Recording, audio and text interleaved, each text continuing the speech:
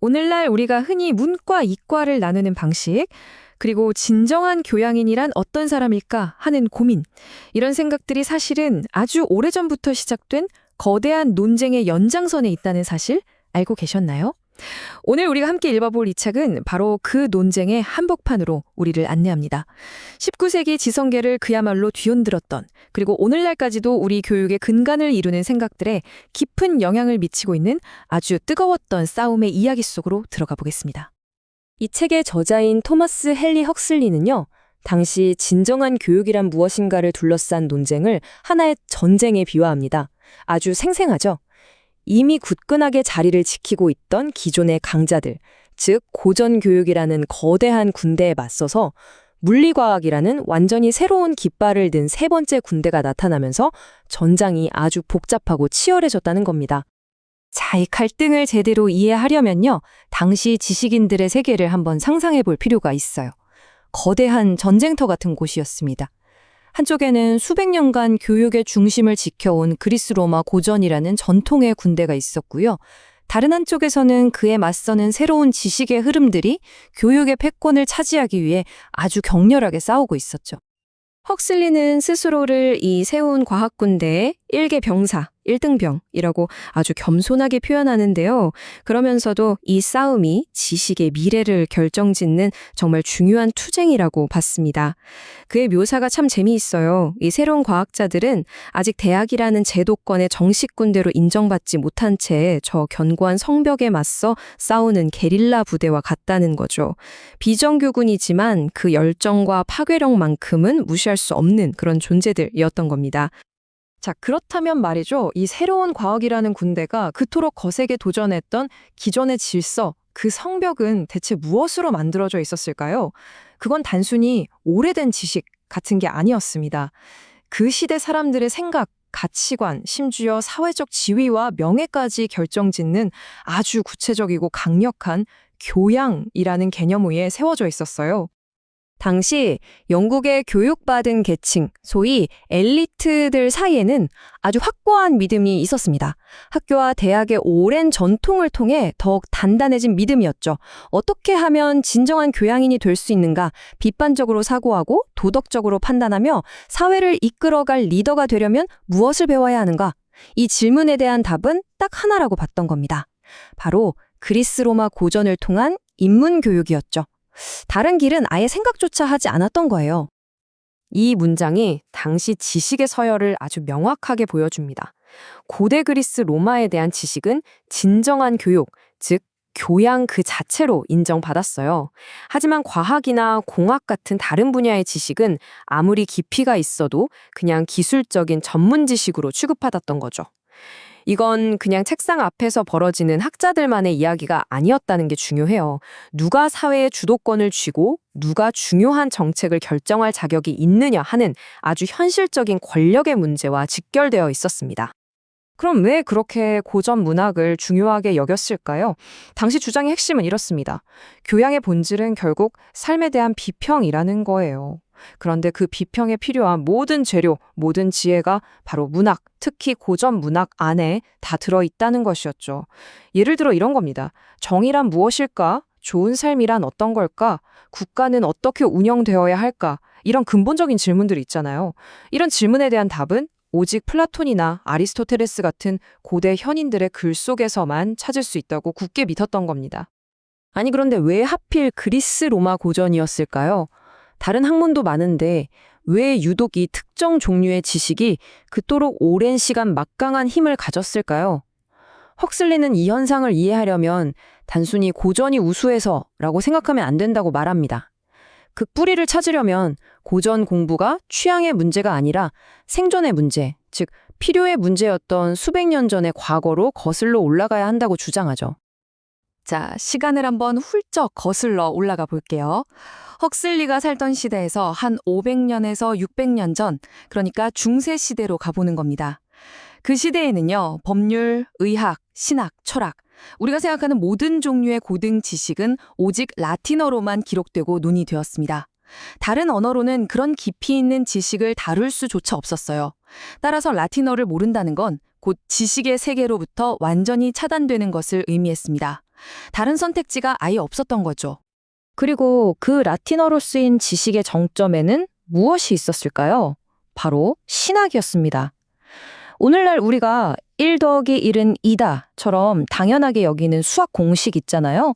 당시에는 교회가 해석한 신학적 원리들이 바로 그런 위치에 있었어요. 절대적인 진리, 의심할 여지가 없는 사실이었죠. 모든 지식은 여기서 출발했고 또 이걸로 평가받았습니다. 즉, 어떤 새로운 발견이나 주장이 나오더라도 그것이 교회가 해석한 성경의 가르침과 어긋나면 그건 결코 진리로 받아들여질 수 없었던 겁니다. 이런 신학적인 틀 안에서 세상을 바라보니까 세상이 어떻게 보였을까요? 지금 우리 생각과는 정말 많이 달랐습니다. 우리가 발딛고 사는 이 물질 세계는 영적인 세계에 비하면 그냥 비천하고 하찮은 오점 같은 곳이고 저 아름다운 자연은 사실 악마가 마음껏 모는 놀이터라고 생각했죠. 지구는 당연히 우주의 중심이었고요. 세상 모든 것은 인간을 위해 존재한다고 믿었습니다. 그리고 가뭄이나 홍수 같은 자연현상은 어떤 고정된 법칙이 아니라 신이나 악마 같은 영적 존재들이 변덕을 부려서 생기는 예측 불가능한 일이라고 이해했어요. 그러니 이런 세계관 속에서 자연의 원리를 독자적으로 연구하고 탐구한다는 건 이건 그냥 호기심 차원의 문제가 아니었어요. 이건 신의 영역에 도전하는 아주 위험하고 불경한 행동으로 여겨졌다는 겁니다. 훗날 갈릴레오가 겪었던 것처럼 말이죠. 잘못하면 마법사나 이단으로 물려서 사회적으로 매장당하고 심지어 목숨까지 위태로워질 수 있는 그런 시대였습니다. 하지만 역사는 늘 그대로 머물러 있지만은 않죠. 이 어둡고 굳건해 보이던 중세의 세계관에도 마침내 변화의 바람이 불어오기 시작합니다. 바로 이탈리아에서 시작된 르네상스, 즉 고대 세계의 재발견이라는 거대한 지식적 혁명의 불꽃이 타오르기 시작한 겁니다. 처음에는 아주 조금씩 십자군 전쟁 등을 통해 잊혔던 고대 철학자들의 글이 소개되기 시작했어요. 그러다가 인쇄술이라는 당시로서는 정말 혁명적인 기술을 만나면서 말 그대로 폭발적으로 퍼져나가기 시작합니다. 그리스와 로마 사상의 방대한 유산이 유럽 전역으로 퍼져나간 거죠. 이건 단순히 옛날 책을 다시 읽는 수준이 아니었어요. 신 중심의 세계에서 벗어나 인간의 이성과 가능성을 중심으로 세상을 바라보는 완전히 새로운 눈을 뜨게 하는 엄청난 사건이었습니다. 이 새로운 학문이 왜 그렇게 혁명적이었을까요? 가장 중요했던 건 바로 이겁니다. 중세시대가 잃어버렸던 가치, 즉 교회가 모든 걸 해석해주고 이게 진리다라고 알려주는 게 아니라 인간, 우리 스스로의 이성으로 생각하고 판단할 수 있다는 태도를 다시 제시했다는 점이죠. 이게 바로 르네상스 인문주의의 핵심이었고 모든 진리의 해석을 독점해온 교회의 권위에 대한 가장 근본적이고 강력한 도전이었습니다. 이 운동을 이끌었던 인문주의자들은요, 당시로서는 정말 대단한 개혁가들이었어요. 꽉 막힌 중세의 벽을 부수고 고전 학습과 그리스어 연구라는 새로운 도구를 가지고 와서 자유롭게 생각하고 질문하자고 외쳤던 거죠. 그리고 결국 그들은 승리했습니다. 그들의 승리 덕분에 인류는 교회의 해석에만 갇혀있던 생각의 감옥에서 벗어나 고대 철학자들처럼 자유롭게 토론하고 탐구하며 진리를 찾아 나설 수 있는 길을 다시 열게 된 겁니다. 자, 이제 이야기가 정말 흥미로워지는 결정적인 전환점에 도달했습니다. 인문주의자들은 승리했어요. 세상을 바꿨죠. 그런데 말입니다. 모든 혁명에는 그림자가 따르는 법일까요? 개혁가들이 승리한 바로 그 순간, 아이러니하게도 새로운 문제가 싹트기 시작합니다. 성공한 개혁가들이 빠지기 쉬운 가장 큰 함정이 뭘까요? 헉슬리는 바로 이 지점을 아주 날카롭게 파고듭니다. 역사의 아이러니라고 할 수 있죠. 바로 자신이 파괴했던 과거의 독단에 어느새 스스로가 갇히게 되는 그런 위험 말입니다. 이 말이 정말 의미심장하죠. 인문주의자들은 지적인 해방을 위해서 고전이라는 아주 강력한 무기를 사용했어요. 그런데 시간이 흐르면서 개혁을 위해 들었던 그 도구가 어느새 도구를 넘어서서 그 자체가 목표, 그 자체가 우상이 되어버린 겁니다. 고전을 읽는 행위 자체가 지성의 최종 목표가 되어버렸고 오히려 그 고전의 내용에 의문을 제기하거나 그것을 넘어서려는 새로운 시도들은 억압받기 시작한 거죠. 아이러니하게도 과거의 독단을 무너뜨렸던 그들이 새로운 독단이 되어버린 겁니다. 바로 그때였습니다.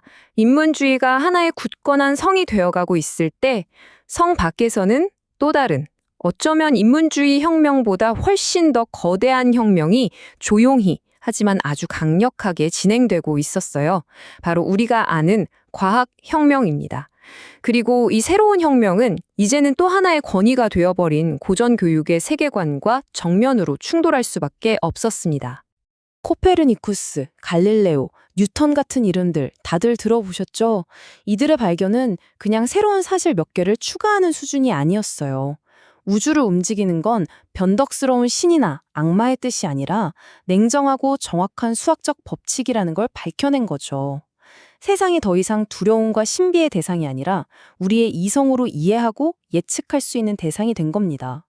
이건 정말 세계관 자체가 뒤집히는 경험이었어요. 이 슬라이드가 정말 중요합니다. 두 세계관이 그냥 좀 다른 게 아니에요. 한번 보세요. 세상의 나이부터 지구의 위치, 인간의 역할, 자연의 질서까지 하나부터 열까지 전부 다 정반대의 이야기를 하고 있죠. 이건 서로 타협할 수 있는 수준이 아닙니다. 말 그대로 완벽한 모순이에요.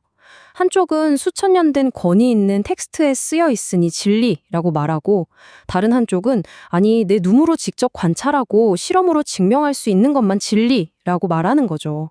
이 둘은 결코 함께 갈 수가 없는 길이었습니다. 자, 그래서 헉슬리가 하고 싶은 말의 핵심이 바로 이겁니다. 한때는 세상을 바꾼 위대한 학문이었을지는 몰라도 과학혁명 이후의 세상에서 고전 문학만으로 교육을 끝낸다는 게 무슨 의미냐는 거죠. 그건 마치 지구가 둥글다는 걸 이제는 다 아는데도 세상이 평평하다고 그려진 옛날 지도를 펴놓고 자, 이걸로 세계를 비평해 봅시다 라고 말하는 것과 똑같다는 거예요. 말이 안 되잖아요? 낡은 지도로는 새로운 세계를 항해할 수 없다는 아주 강력한 비판인 셈입니다. 헉슬리가 던진 이 질문, 우주에 대한 우리의 이해가 이렇게나 근본적으로 바뀌었는데 그렇다면 교양에 대한 우리의 정의도 당연히 함께 바뀌어야 하는 거 아냐? 하는 이 질문은 놀랍게도 150년이 지난 지금 여기 있는 우리에게도 똑같이 날아와 꽂힙니다. 인공지능이 시를 쓰고 유전자를 편집하는 이 시대에 과연 진정한 교양이란 무엇일까요? 우리는 다음 세대에게 무엇을 가르쳐야 할까요? 헉슬리의 치열했던 싸움은 단순히 과거의 흥미로운 이야기가 아니라 바로 오늘 우리의 교육에 대한 고민과 정확히 맞닿아 있는 살아있는 질문인 셈입니다. 네, 오늘은 19세기 최고의 생물학자이자 또 교육 사상가였던 토머스 헨리 헉슬리의 책 과학과 문화 그리고 다른 에세이들에 실린 아주 유명한 연설을 한번 깊이 들여다볼까 합니다.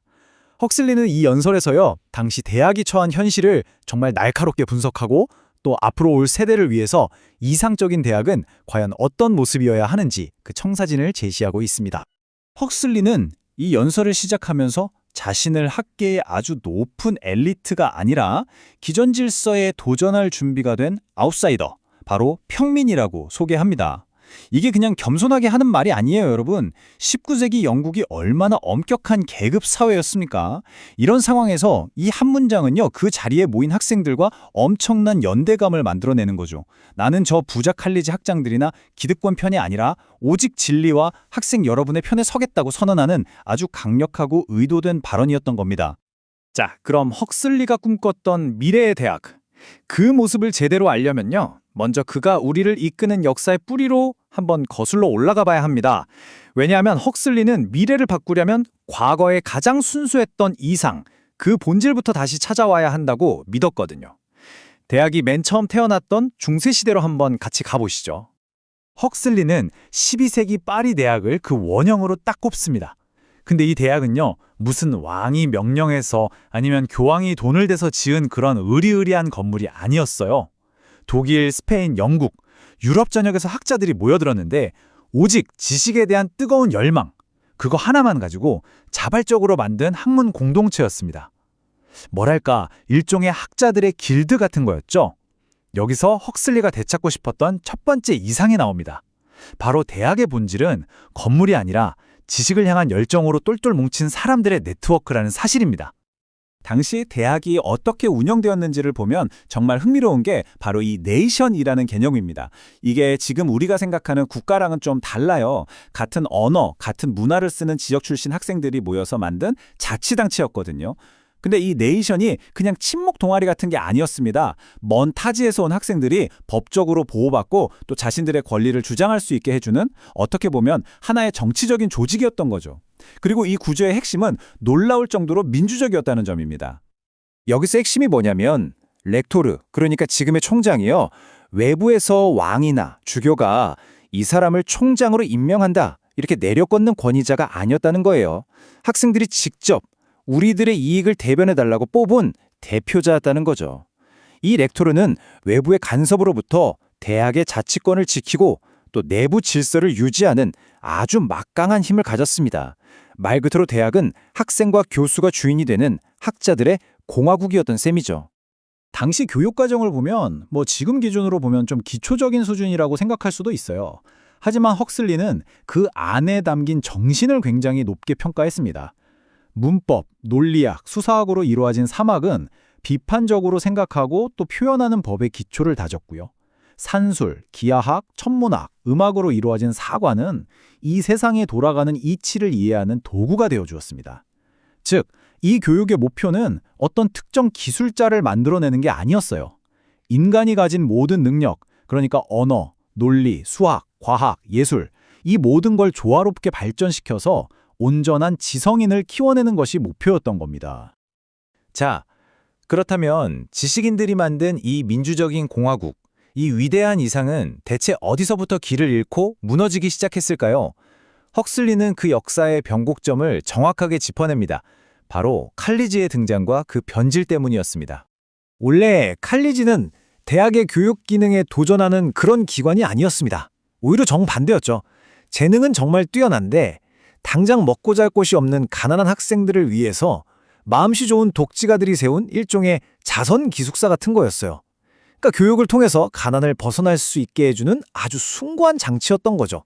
그들의 역할은 어디까지나 대학이라는 중심을 지원하는 보조적인 역할에 머물러야 했습니다. 그런데 수백 년이라는 세월이 흐르면서 아무도 예상하지 못했던 일이 벌어집니다. 처음 자선가들이 기부했던 그때는 별 볼 일 없던 땅들의 가치가 시간이 지나면서 천문학적으로 치솟은 거예요. 헉슬리는 이걸 불로소득이라고 불렀습니다. 이 엄청난 부를 바탕으로 칼리지들은 자체적으로 아주 호화로운 시설을 짓고 유능한 교사들을 초빙하고 학생들에게 장학금까지 주기 시작했어요. 경제적인 힘이 그대로 교육의 권력으로 이어진 거죠. 결국 최초의 이상에 완전히 뒤집히는 결과가 나타납니다. 꼬리가 몸통을 흔드는 격이죠. 원래 학생들을 지원하기 위한 기숙사에 불과했던 칼리지가 주인이었던 대학을 집어삼켜버린 겁니다. 헉슬리가 비판했던 당시 옥스퍼드와 케임브리지 대학, 이른바 옥스브리지 모델에서는요, 실제 교육과 권력을 개별 칼리지들이 전부 다 쥐고 있었습니다. 대학은 그저 학위나 수여하는 껍데기만 남게 된 거죠. 학문은 더 이상 가난한 평민에게도 열린 기회가 아니라 돈 많은 칼리지에 들어갈 수 있는 소수 엘리트만의 전유물이 되어버렸습니다. 이처럼 과거가 어떻게 타락했는지를 아주 통렬하게 분석한 헉슬리는요, 여기서 그냥 비판만 하고 그치지 않습니다.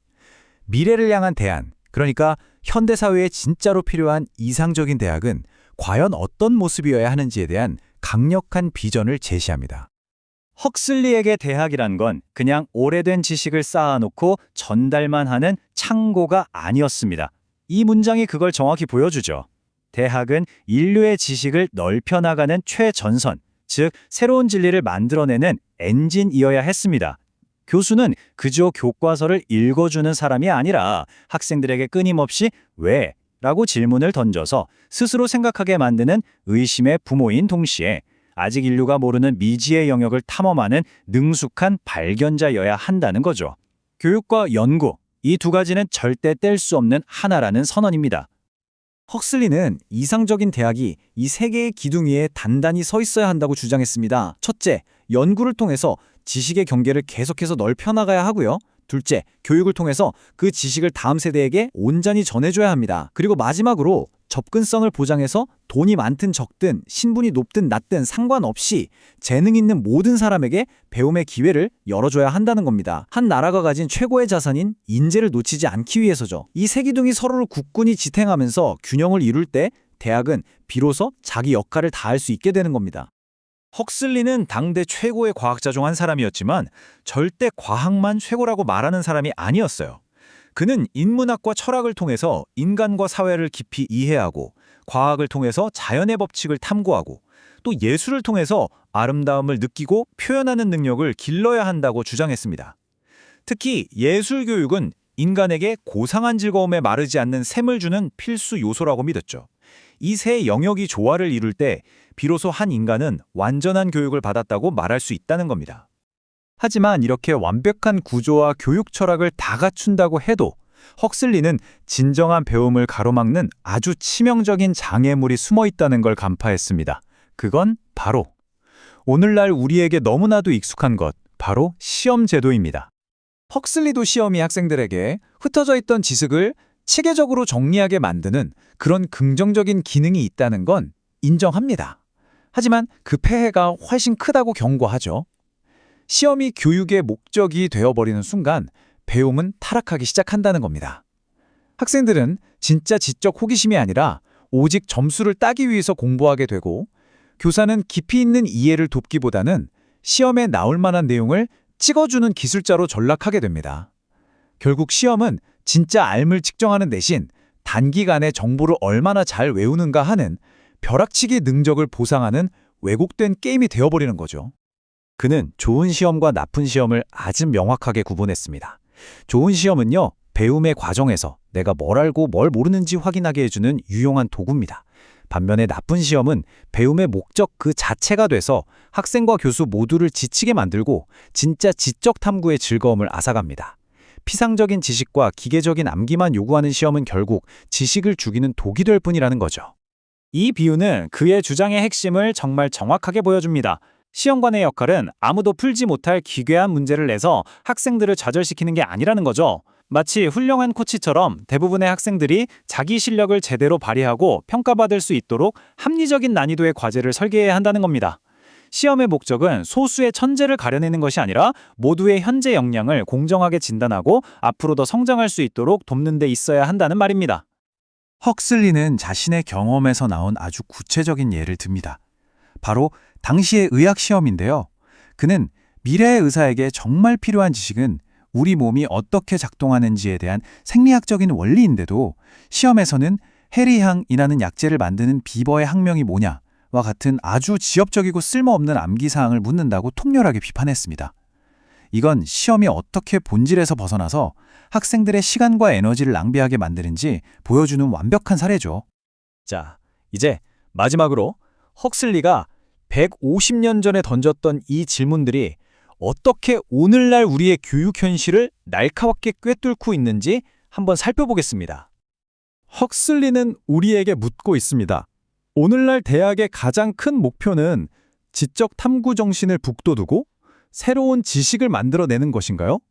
아니면 사회가 요구하는 졸업장을 발급해서 학생들을 노동시장에 공급하는 것인가요? 취업률을 대학을 평가하는 가장 중요한 척도가 되어버린 현실은 우리가 이미 후자를 선택했다는 걸 보여주는 건 아닐까요?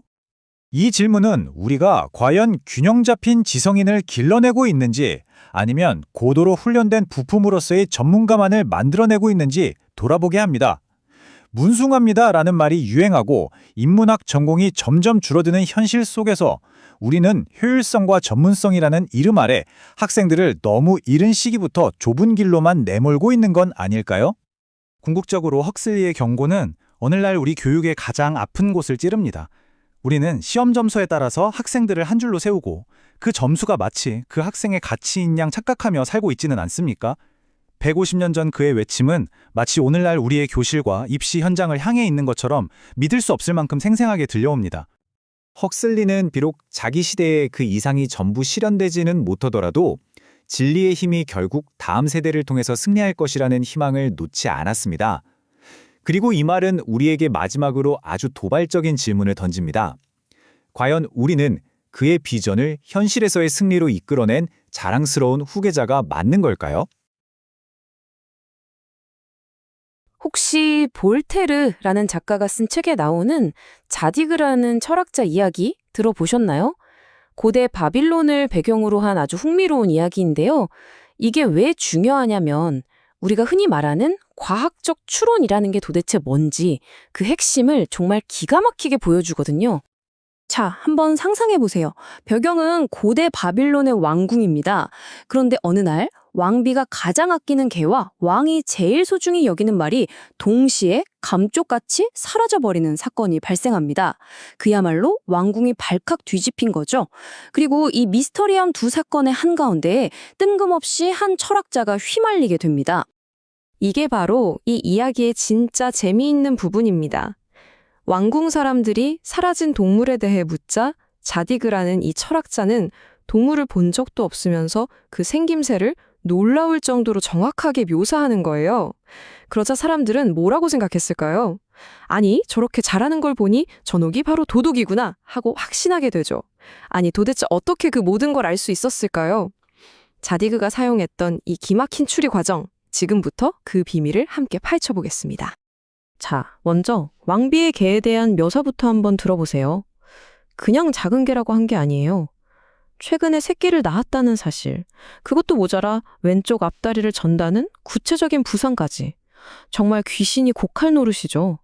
한 번도 본 적 없는 개에 대해서 어떻게 이렇게까지 상세하게 알 수 있었을까요? 그런데 이게 끝이 아니에요. 이번은 왕의 말에 대해서는 더 상세하게 묘사합니다. 키가 얼마고 꼬리 길이가 얼마인지, 심지어 말에 채워진 재갈이 23캐럿 순금으로 되어 있고 편자는 은이라는 것까지 정확하게 짚어냅니다. 자, 여러분이 당시 왕궁 사람이었다면 어땠을까요? 이건 빼도 박도 못하는 범인이구나 하고 생각할 수밖에 없었겠죠. 결국 자디그는 절도범으로 몰려 재판까지 받게 되는데요. 바로 그 자리에서 자신의 비밀을 털어놓습니다. 하지만 그 비밀은 무슨 초능력이나 마법 같은 게 아니었어요. 그가 사용한 건 사실 우리 모두가 할 수 있는 것, 바로 세심한 관찰의 힘이었습니다. 자, 그럼 도대체 어떻게 그냥 보기만 해서 그 모든 걸 알 수 있었을까요? 정말 그냥 본 게 맞을까요? 왕비의 개 미스터리부터 한번 차근차근 따라가 보죠. 자디그의 추리 과정은 이렇습니다. 첫째, 그는 모래 위에 나 있는 작은 동물의 발자국을 봤어요. 뭐 여기까지는 누구나 할 수 있죠. 그런데 여기서부터가 진짜입니다. 둘째, 앞발자국 옆에 뭔가 길게 찍힌 자국을 발견한 거예요. 아하, 귀가 아주 길어서 땅에 끌렸구나 하고 알아챈 거죠. 셋째, 발자국 사이에 모래가 파헤쳐져 있는 걸 보고는 이건 최근에 새끼를 낳아 젖이 불어난 어미개의 젖통이 스친 자국이구나 하고 추리해냅니다. 그리고 마지막 네 번째 단서가 결정적이었어요. 다른 발자국에 비해 유독 희미하게 찍힌 발자국 하나. 이건 뭘 의미할까요? 그렇죠. 바로 그쪽 다리를 절고 있다는 명백한 증거죠. 이 모든 단서 조각들을 모아서 완벽한 그림을 만들어낸 겁니다. 이 똑같은 방법을 왕의 말을 찾는 데에도 그대로 적용합니다. 이건 마치 숲길이라는 책에 쓰여진 한 편의 이야기를 꼼꼼하게 읽어내는 것과 같았어요. 말의 흔적도 마찬가지였습니다. 발굽 자국이 아주 촘촘하게 찍힌 걸 보고 아, 보통 말이 아니구나. 아주 잘 달리는 경주마구나 하고 추리했고요. 숲길을 지나가다가 딱 5피트 높이에 있는 나뭇잎에 먼지가 떨어져 있는 걸 보고는 말의 키를 알아냈습니다. 심지어 길가의 돌멩이에 살짝 긁힌 자국을 보고는 재갈이 23캐럿 금으로 만들어졌다는 것까지 알아내죠. 정말 대단하지 않나요? 그러니까 핵심은 이겁니다. 자디그가 한 건 미래를 내다보는 예언이 아니었어요. 현재에 남겨진 과거의 흔적, 그 명백한 증거를 읽어낸 거죠. 바로 이 방법. 그러니까 눈앞의 결과를 보고 그 원인을 거슬러 올라가 추리하는 이 방식이요. 이게 바로 모든 역사 과학의 핵심입니다. 이걸 좀 멋진 말로 소급적 예언이라고 불러요. 과거로 거슬러 올라가는 예언이라는 뜻이죠. 이거 절대 어려운 개념이 아닙니다. 우리가 아침에 일어났는데 길바닥이 축축하게 젖어 있으면 뭐라고 생각하죠? 아, 밤사이에 비가 왔나 보네 하잖아요. 똑같은 겁니다. 현재의 젖은 길이라는 결과를 보고 밤에 비가 왔다는 원인을 추론하는 거죠. 과학은 단지 이 상식을 훨씬 더 정교하고 거대한 스케일로 적용하는 것뿐이에요. 이 자디그의 방식이 얼마나 강력하냐면요. 여러 학문 분야의 기본 전제가 바로 이거거든요. 예를 들어 역사학자들은 옛날 문서를 보면서 이 글을 쓴 사람은 어떤 의도를 가지고 있었을까 하고 그 원인에 추적하죠. 자디그가 발자국을 본 거랑 똑같아요. 지질학자는 수억 년 전에도 지금처럼 물이 흐르고 화산이 터졌을 거라고 가정하고 땅의 역사를 읽어냅니다. 이 원리 덕분에 우리가 단 한 번도 직접 본 적 없는 아주 먼 과거의 일들을 마치 눈앞에서 본 것처럼 자신 있게 이야기할 수 있게 되는 겁니다. 프랑스의 위대한 자연학자였던 조르주 큐비에도 이 생각에 완전히 매료됐어요. 그는 심지어 생물학의 세계에 남겨진 흔적은 자디그가 모래에서 찾은 그 어떤 흔적보다도 훨씬 더 확실하다고 말하기까지 했죠. 생명의 흔적은 거짓말을 하지 않는다는 뜻입니다. 자, 그럼 지금부터 이 강력한 자디그의 방법을 가지고 생물학의 아주 오래된 미스터리 하나를 풀어볼까요? 여러분, 동물과 식물의 차이가 뭐라고 생각하세요? 너무 당연한 질문인가요? 동물은 움직이고 식물은 가만히 있잖아요. 아마 대부분 이렇게 생각하실 겁니다. 그런데 이 당연해 보이는 질문이 사실은 헉슬리 같은 위대한 과학자들을 평생 고민하게 만든 아주 깊은 미스터리였습니다. 오랫동안, 그러니까 옛날에는요, 이 둘을 구분하는 게 아주 쉬워 보였어요. 그쵸? 여기 표에 나온 것처럼 동물은 움직이고 먹이를 먹고 그걸 소화시키는 위 같은 기관이 있고, 식물은 그냥 한자리에 가만히 서서 자라는 존재. 이게 우리가 보통 생각하는 상식이잖아요. 그런데 과연 정말 그렇게 간단한 문제일까요? 그러다가 현미경이 발명되면서 모든 게 달라지기 시작합니다. 우리가 맨눈으로는 볼 수 없었던 아주 작은 생명의 세계, 그 동물과 식물의 경계지대를 들여다보게 되면서부터 우리가 철석같이 믿었던 저 단순한 규칙들이 와르르 무너지기 시작한 거죠. 좋습니다. 그럼 우리가 기존에 가지고 있던 생각들이 어떻게 깨지는지 하나씩 한번 따져보죠. 말하자면 생물학의 세계에 남겨진 자디그의 흔적을 본격적으로 따라가 보는 겁니다. 식물은 움직이지 않는다. 이게 첫 번째 통념이었죠. 자, 현미경으로 물풀세포를 들여다보면요. 그 안에 있던 내용물이 갑자기 헤엄치는 생명체처럼 튀어나와요. 이걸 유주자라고 하는데 이건 명백한 움직임이잖아요. 심지어 팔의 지옥은 아예 우리 눈으로도 볼 수 있죠. 잎사귀가 벌레를 덥석 하고 물어버리잖아요. 근데 더 놀라운 건 이때 동물 근육이 수축할 때랑 똑같은 전기 신호가 발생한다는 거예요. 이건 동물의 반사작용과 근본적으로 다를 게 없습니다. 이걸 어떻게 움직이지 않는다고 말할 수 있겠어요? 자, 그럼 두 번째 기준이었던 소화기관, 그러니까 위가 있느냐 없느냐는 어떨까요? 이것만큼은 확실한 기준이 될 수 있을까요? 동물계의 가장 원시적인 단계로 한번 가보죠. 예를 들어 아메바 같은 단세포 동물을 생각해 보세요. 얘들은 정해진 입도, 위도 없어요. 그냥 살아 움직이는 원형질 덩어리일 꿈입니다.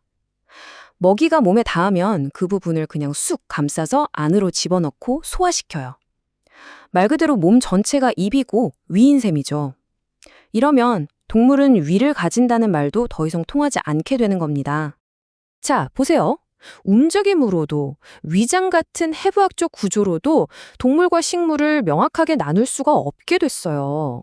그럼 이제 어떻게 해야 할까요? 과학자들은 눈을 돌렸습니다. 겉모습, 즉 형태가 아니라 그 안에서 일어나는 화학작용, 바로 기능으로 말이죠. 그리고 여기서 마침내 가장 결정적인 차이점을 찾아냅니다. 바로 식물은 생산자, 동물은 소비자라는 거예요. 식물은요, 정말 대단한 화학 공장이에요. 공기, 물, 흙 속에 있는 아주 간단한 무기물들을 재료로 삼아서 생명에 꼭 필요한 단백질 같은 복잡한 유기물을 뚝딱 만들어내죠. 반면에 동물은요, 스스로는 그런 걸 전혀 못 만들어요. 그래서 식물이 만들어 놓은 걸 먹거나 그 식물을 먹은 다른 동물을 먹어야만 살 수 있는 고객인 셈이죠. 이 구분이 지금까지 나온 것 중에서는 가장 확실해 보입니다. 그런데 여기서 이야기가 끝나면 재미없겠죠. 이 가장 확실해 보였던 화학적 구분마저도 생명의 가장 근본으로, 가장 깊은 곳으로 내려가면 그 의미가 희미해집니다. 그게 바로 원형질이라는 건데요. 이건 동물세포든 식물세포든 모든 생명의 기본 바탕을 이루는 물질입니다. 그런데 이 원형질 수준에서는 동물과 식물의 화학적, 물리적 차이가 거의 사라져버려요. 본질적으로는 같은 물질이라는 거죠. 자, 이렇게 쭉 따라와 보니 어떤 생각이 드시나요? 우리가 세상을 이해하기 편하게 그어놓았던 동물과 식물이라는 명확한 선. 이게 자세히 들여다볼수록 점점 흐릿해지다 못해 사라져버립니다. 그렇다면 이 선은 과연 자연의 진짜 모습일까요? 아니면 어쩌면 복잡하게 얽혀있는 생명의 거대한 그물망을 어떻게든 이해해보려는 우리 인간의 방식, 우리 생각의 틀에 불과한 건 아닐까요? 이 질문을 여러분께 남겨드리면서 이번 이야기를 마무리할까 합니다.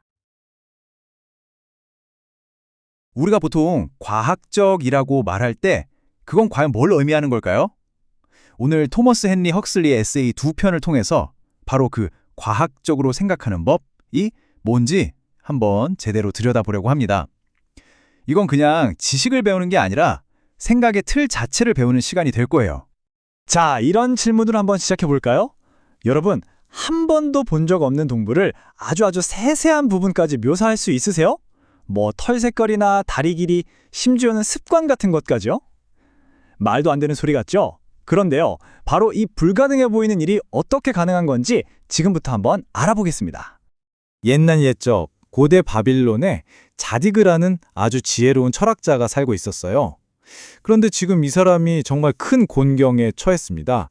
왜냐하면 왕궁에서 아주 귀한 동물들이 사라졌는데 그 도둑으로 몰린 거죠. 자디그는 필사적으로 결백을 주장합니다.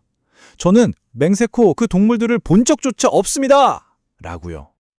자, 그럼 사건이 어떻게 된 건지 한번 볼까요? 자, 디그다케는 전혀 상관없어 보이는 미스테리가 두 개나 놓여 있어요. 하나는 왕비가 눈에 넣어도 안 아플 만큼 아끼던 작은 강아지, 스페니얼이 없어진 사건. 또 다른 하나는 왕이 가장 아끼는 말이 감쪽같이 사라진 사건입니다. 온 왕궁이 그야말로 발칵 뒤집혔죠. 왕비의 신하가 막 숨을 헐떡이면서 자디그에게 달려와서 혹시 개를 못 봤냐고 물어요.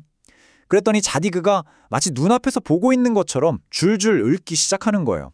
아, 그 개라면 아주 작은 개고요. 얼마 전에 새끼를 낳았고 왼쪽 앞다리를 절뚝거리는데 귀는 땅에 끌릴 정도로 아주 깁니다.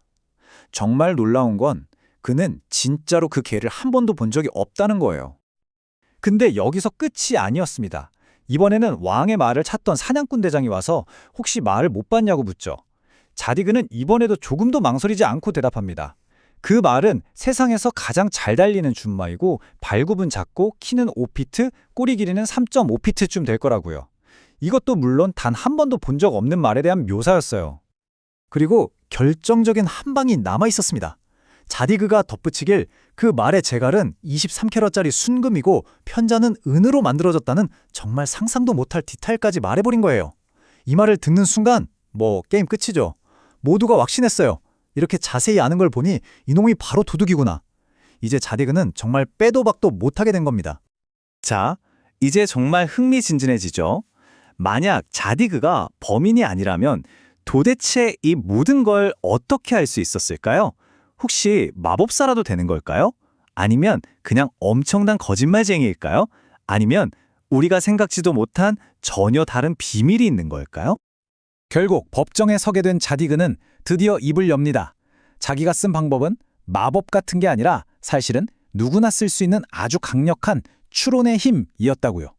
자, 지금부터 자디그의 변론을 따라가면서 그 마법의 정체가 뭔지 하나씩 파헤쳐 보겠습니다. 자디그의 비밀은요, 사실 아주 간단한 데 있었습니다. 바로 관찰이죠.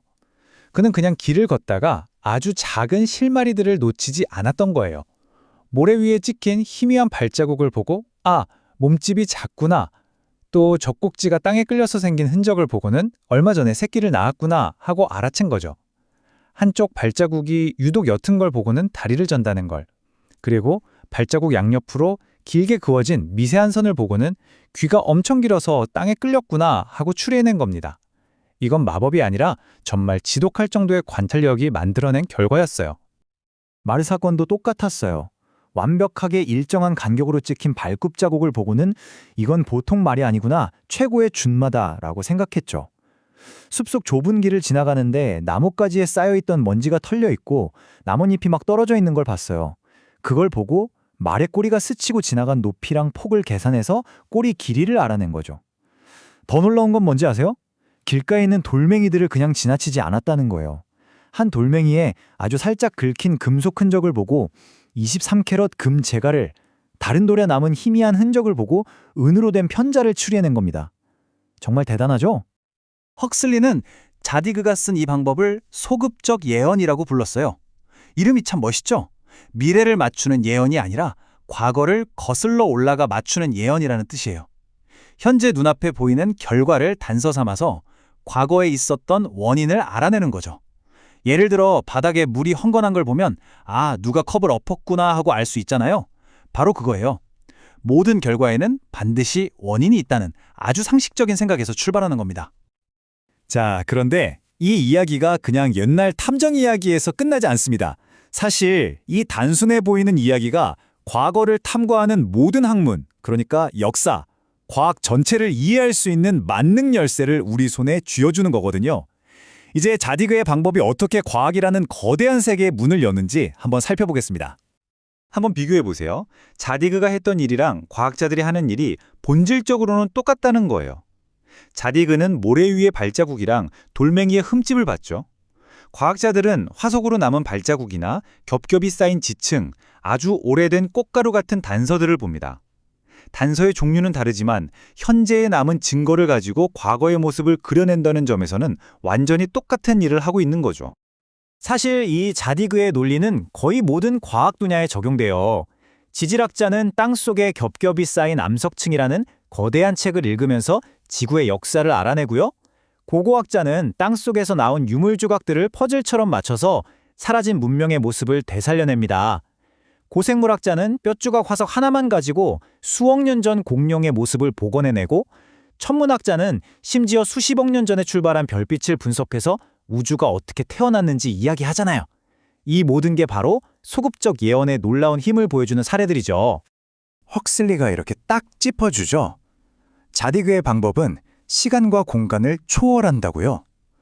고대 바빌론의 모래밭에서 작은 흔적을 쫓던 그 논리가 수억 년 전의 퇴적층이나 우주 저편에서 날아온 빛을 해석하는 데에도 똑같이 완벽하게 적용된다는 겁니다. 이게 바로 이 방법의 진짜 놀라운 점이에요. 자, 이제 우리는 꽤 유능한 탐정이 됐습니다. 현재의 증거로 과거를 읽는 법을 배웠으니까요. 이제 헉슬리는 우리에게 새로운 사건 파일을 하나 던져줍니다. 이번 사건은 훨씬 더 근본적이고 어쩌면 더 어려운 문제일지도 몰라요. 그건 바로 식물과 동물의 근본적인 차이는 대체 무엇인가 하는 질문입니다. 생명의 가장 기본적인 분류, 그 흐릿한 경계선으로 함께 가보시죠. 헉슬리가 살던 시대만 해도 생물학자들은 이렇게 생각했어요. 동물과 식물은 이표처럼 딱 나뉜다고요. 동물은 뭔가를 먹고 움직이고 몸은 질소화합물로 되어 있죠. 반면에 식물은 스스로 양분을 만들고 움직이지 않고 셀룰로스라는 걸로 되어 있고요. 어때요? 아주 깔끔하고 명확한 규칙처럼 보이죠? 하지만 우리는 이제 이런 당연해 보이는 규칙에 질문을 던질 준비가 됐습니다. 바로 여기서 우리가 자디그한테 배운 걸 써먹어야 할 때가 온 겁니다. 그게 뭐였죠? 네, 바로 기존의 규칙을 그냥 믿는 게 아니라 우리 눈으로 직접 아주 면밀하게 관찰하는 거죠. 자, 그럼 생명의 세계를 직접 들여다보기 시작하면 이 명확해 보였던 규칙들은 과연 어떻게 될까요? 막상 자세히 들여다보기 시작하니까 이 완벽해 보였던 규칙들이 와르르 무너지기 시작하는 거예요. 가장 단순한 동물이라는 아메바는 정해진 입이나 소화기관이 없어요. 식물은 안 움직인다고요? 파리지옥 같은 식충식물은 동물의 신경반사처럼 엄청나게 빠른 속도로 움직여서 벌레를 잡습니다. 화학 성분도 마찬가지예요. 질소를 가진 식물도 있고 동물인데 셀룰로스랑 비슷한 물질을 만드는 경우도 있죠. 심지어 식물이 움직일 때 발생하는 전기 신호가 동물의 근육이 수축할 때 나오는 신호랑 아주 비슷하다는 것까지 밝혀졌어요. 자, 이제 우리는 아주 기묘한 세계로 들어갈 겁니다.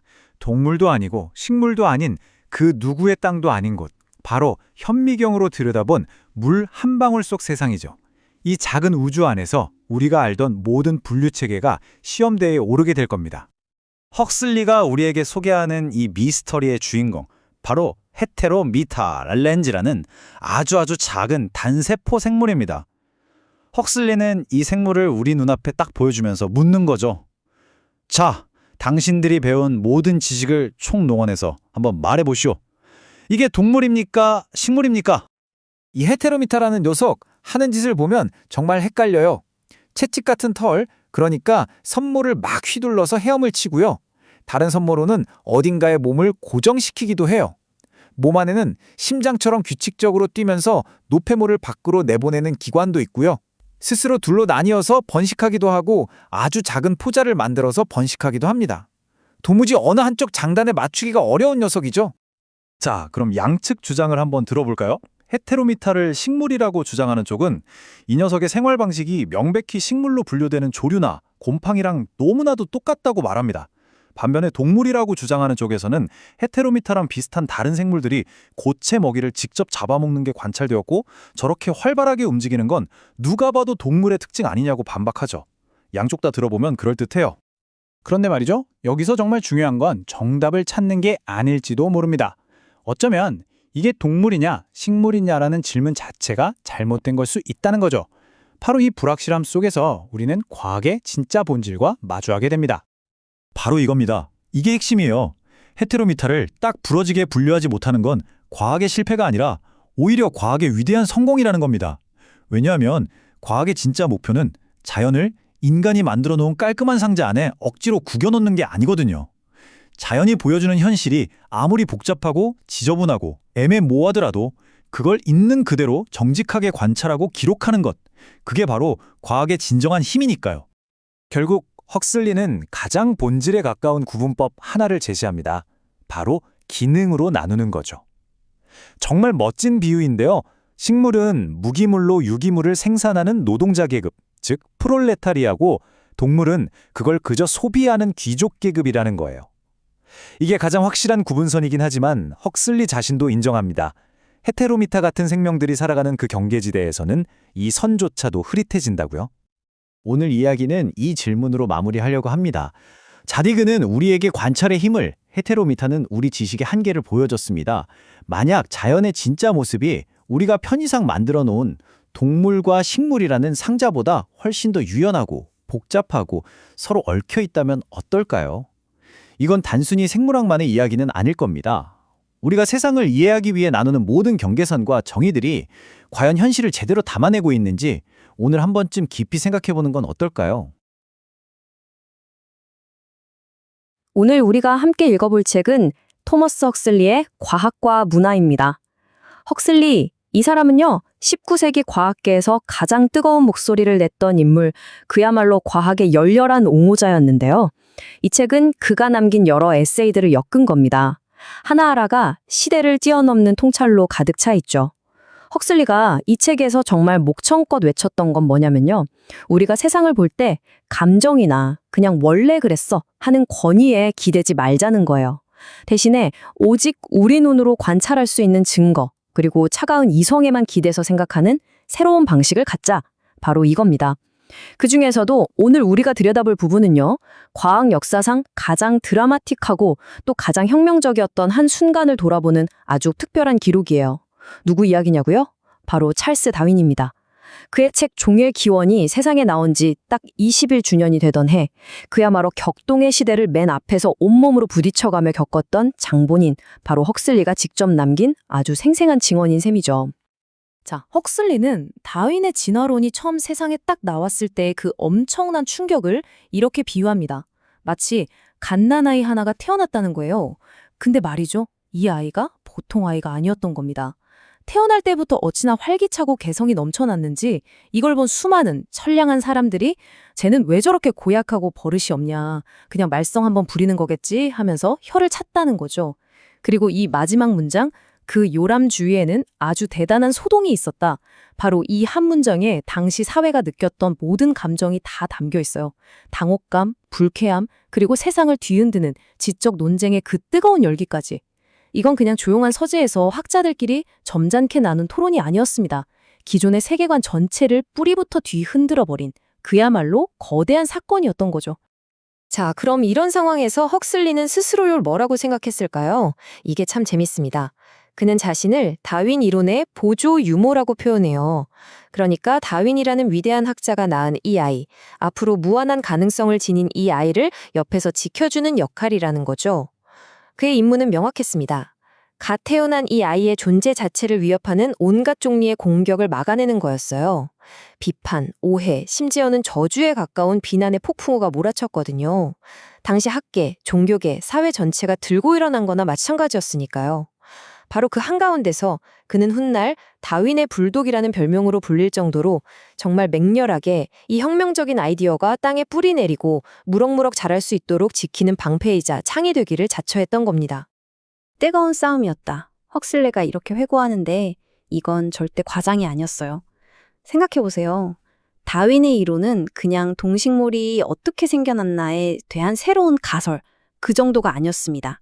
이건 신이 완벽하게 설계한 이 세상의 중심에 떡하니 서 있던 우리 인간의 위치를 근본적으로 다시 생각하게 만들고 창조란 과연 무엇인가에 대해 다시 질문하게 만드는 당시 사람들에게는 정말이지 지극히 불쾌하고 위험천만하게 느껴졌던 사상이었던 거죠. 하지만 헉슬리는 이렇게 말합니다. 그토록 맹렬했던 반대도 결국 시간 앞에서는 서서히 힘을 잃었다고요. 처음에 그 감정적인 저항이 잦아들고 조금씩 이성적인 논의가 싹트기 시작하면서 다윈의 아이는 서서히 하지만 아주 단단하게 지지 기반을 넓혀가기 시작했던 겁니다. 그렇다면 말이죠. 다윈의 이론이 등장하기 전에 이렇게나 완강하게 버티고 있던 그 지배적인 신념이라는 건 대체 뭐였을까요? 바로 이 슬라이드의 제목처럼 세상은 거대한 격변의 연속으로 이루어져 있다는 믿음이었습니다. 당시 과학계를 완전히 휘어잡고 있던 이 이론을 격변설이라고 부릅니다. 우리가 다윈의 혁명이 얼마나 거대한 지적인 도약이었는지를 제대로 이해하려면요. 그가 정면으로 맞서 싸워야 했던 이 격변설이라는 세계관을 먼저 이해하는 게 무엇보다 중요합니다. 자, 이 두 가지 관점을 한번 비교해 보시죠. 와, 이건 뭐 하늘과 땅 차이입니다, 정말로. 왼쪽의 격변설을 먼저 볼까요? 이건 지구의 역사를 아주 갑작스럽고 폭력적인 대격변이 몰아치는 한편의 드라마로 보는 거예요. 예를 들어 전 지구적인 대홍수나 상상도 못할 지각변동 같은 게 일어나서 모든 생명을 한 번에 싹 쓸어버립니다. 그럼 그 잿더미 위에서 완전히 새로운 생명체들이 짠 하고 나타난다는 식이죠. 과거를 설명하기 위해서 지금 우리 눈으로는 도저히 관찰할 수 없는 어떤 초자연적인 힘이나 미지의 힘을 끌어들이는데 전혀 거리낌이 없어요. 반면에 오른쪽의 동일과정설은 완전히 정반대의 이야기를 합니다. 지금 이 순간에도 강물이 흙을 깎아내리고 바람이 모래를 옮기고 화산이 용암을 뿜어내는 것처럼 우리가 지금 보고 있는 이 느리고 꾸준하고 관찰 가능한 과정들이 정말 상상할 수도 없이 긴 시간 동안 차곡차곡 쌓여서 지금의 지구를 만들었다는 겁니다. 이 관점의 핵심은 아주 명쾌해요. 바로 현재는 과거를 푸는 열쇠다라는 이 원칙입니다. 헉슬리의 이 비유 정말 날카롭고 재치가 넘치지 않습니까? 격변설이라는 이론이 본질적으로 얼마나 비논리적이고 또 단절적인지를 그냥 한 방에 보여주는 거죠. 카드 게임을 하다가 판세가 좀 불리해졌어요? 그러면 규칙 안에서 머리를 써서 역전할 생각을 하는 게 아니라 에라 모르겠다 하고 그냥 테이블을 통째로 엎어버리고 자, 새 게임 시작합시다 하는 거랑 똑같다는 거예요. 지구의 역사에서 어떤 연속성이나 인과관계, 점진적인 변화의 흔적을 찾으려는 노력을 아예 포기해버리고 설명하기 어려운 과거의 사건들은 그냥 거대한 리셋 버튼 한 방으로 처리해버리는 거죠. 이 비유 하나로 헉슬리는 격변설이 탄탄한 논리가 아니라 그저 상상 속의 극적인 사건에 기대고 있다는 걸 통렬하게 꼬집은 겁니다.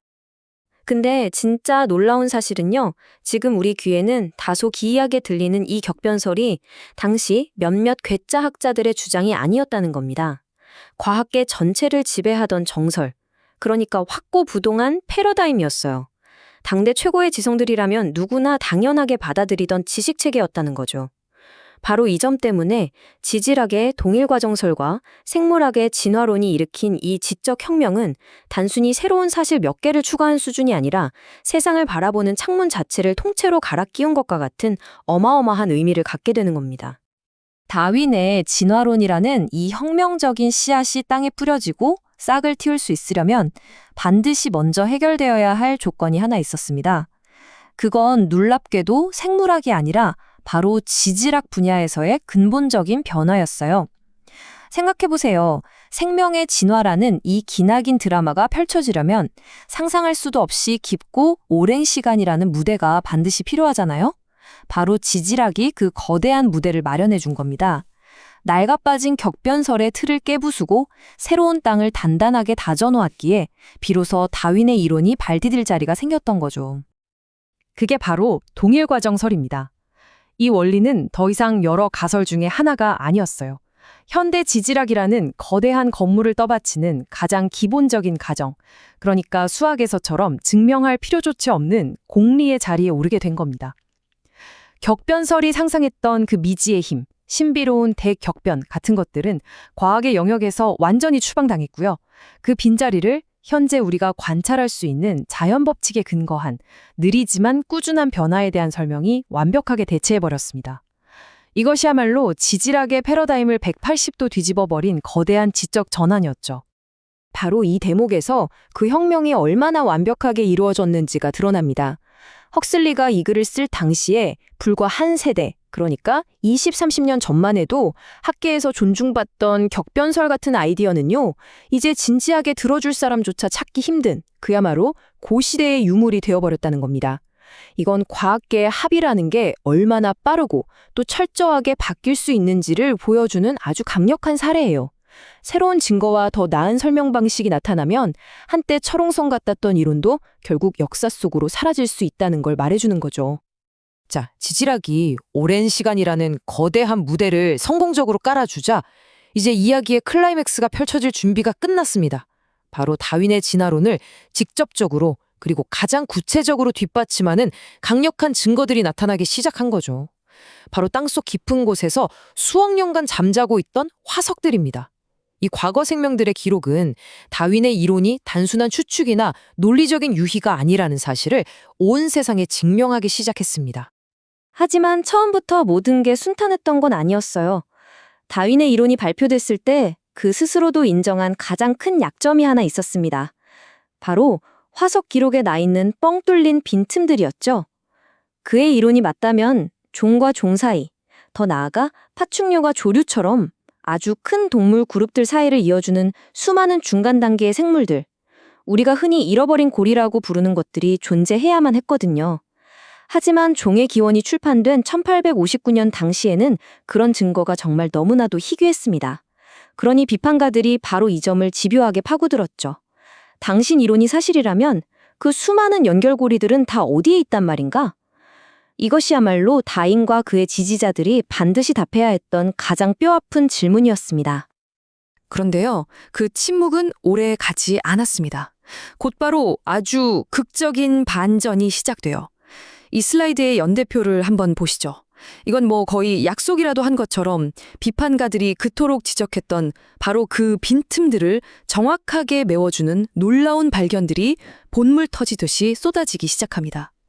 1862년 파충류의 특징과 새의 특징을 둘 다 가진 정말 기적과도 같은 화석 시조새가 발견됩니다. 그리고 1868년에는 헉슬리 자신이 직접 공룡과 새의 뼈 구조가 얼마나 비슷한지를 밝혀내죠. 그리고 1870년대에 들어서자 미국 서부에서 그야말로 화석의 보고가 터져 나오면서 생명의 역사에 대한 우리의 이해를 완전히 뒤바꿔 놓습니다. 이 발견들은 하나하나가 다윈 이론의 예측을 정말 놀랍도록 정확하게 입증하는 그 누구도 움직일 수 없는 증거들이었습니다. 특히 이 시조새의 발견은 그 상징성이 어마어마했습니다.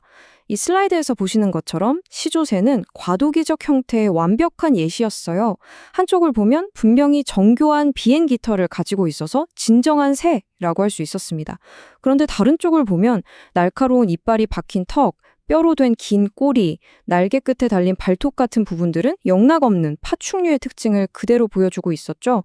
이건 마치 전혀 다른 두 동물 그룹의 설계도를 가위로 오려서 풀로 붙여놓은 것 같은 그런 모습이었습니다.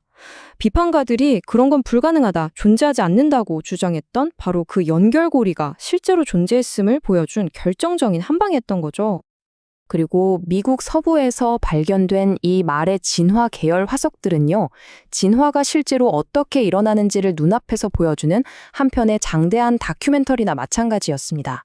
보시는 것처럼 수백만 년에 걸쳐서 환경 변화에 적응하며 몸이 점진적으로 변해가는 과정이 연대순으로 너무나도 명확하게 드러났죠.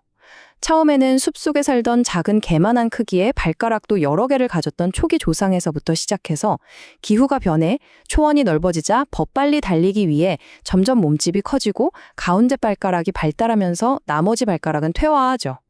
그리고 마침내 오늘날 우리가 아는 것처럼 단단한 하나의 발굽을 가진 말에 이르기까지 그 모든 과정이 화석으로 차곡차곡 기록되어 있었던 겁니다.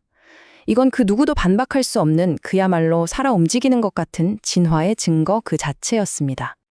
헉슬리는 미국 서부에서 쏟아져 나온 이 새로운 고생물학적 증거의 규모와 그 풍부함에 대해서 이렇게까지 표현했습니다.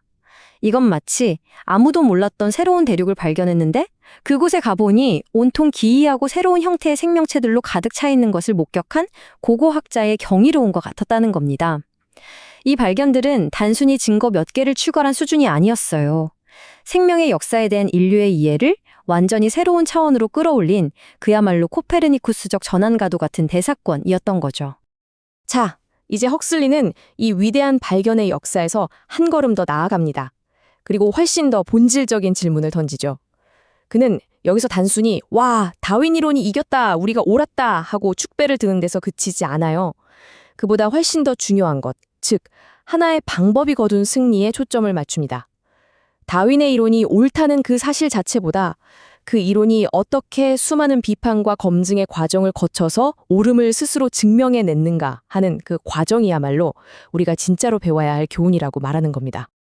바로 이 지정에서 헉슬리의 시대를 초월하는 통찰력이 정말 빛을 발합니다. 그는 이제 다윈주의가 학계의 주류가 된 이 상황에서 전혀 새로운 종류의 위험이 우리를 기다리고 있다고 경고해요. 그건 바로 독단주의의 위험입니다. 무슨 말이냐면 과거의 사람들이 아무런 이성적인 검토 없이 그냥 말도 안 돼 하면서 진화론을 거부했던 것처럼 미래의 사람들이 아무런 비판적인 생각 없이 당연한 거 아니야? 하면서 진화론을 교리처럼 그냥 받아들이는 것, 이걸 경계해야 한다는 겁니다. 헉슬리에게는 어떤 신념을 갖느냐, 그것만큼이나 어떤 과정으로 그 신념을 갖게 되었느냐가 훨씬 더 중요했던 거죠. 이 문장은 헉슬리가 우리에게 남긴 가장 중요한 유산이자 그의 철학의 핵심이라고 할 수 있습니다. 잠시만 이 문장을 음미해 보시죠. 과학적 정신 그 자체가 과학이 만들어낸 결과물보다 더 소중하다. 그리고 아무런 고민이나 비판 없이 맹목적으로 믿는 진리는 차라리 치열한 고민과 이성적인 탐구 끝에 내린 잘못된 결론보다 우리에게 더 해로울 수 있다는 겁니다. 이것은 과학의 본질이 정답을 암기하는 지식의 축적이 아니라 끝없이 의심하고 질문하고 검증하는 바로 그 태도 자체에 있다는 것을 역설하는 정말 강력한 메시지입니다.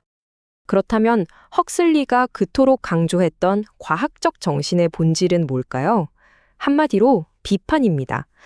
그는 과학의 세계를 다윈의 자연 선택이 벌어지는 치열한 지적 전쟁터로 묘사해요. 어떤 이론이든 간에 혹독한 비판과 경쟁 이론들의 도전을 이겨내고 살아남음으로써 자신의 가치를 끊임없이 증명해야 한다는 거죠. 이론은 결코 신성 불가침의 교리가 아니라는 겁니다. 그저 지적인 생존 투쟁의 장에 던져진 하나의 사고의 종에 불과하다는 이 비유는 과학이 얼마나 역동적이고 치열하며 또 끊임없이 스스로를 고쳐나가는 과정인지를 정말 명확하게 보여줍니다.